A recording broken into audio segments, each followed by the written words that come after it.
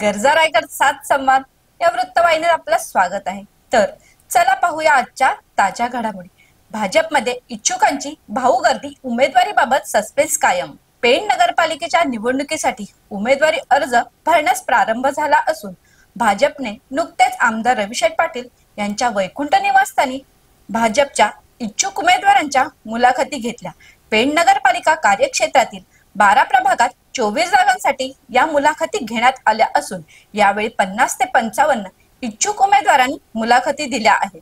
मात्र नेमकी उमेदवारी कोणाला मिळेल याबाबत भाजप पक्ष श्रेष्ठीने सस्पेन्स कायम ठेवला आहे।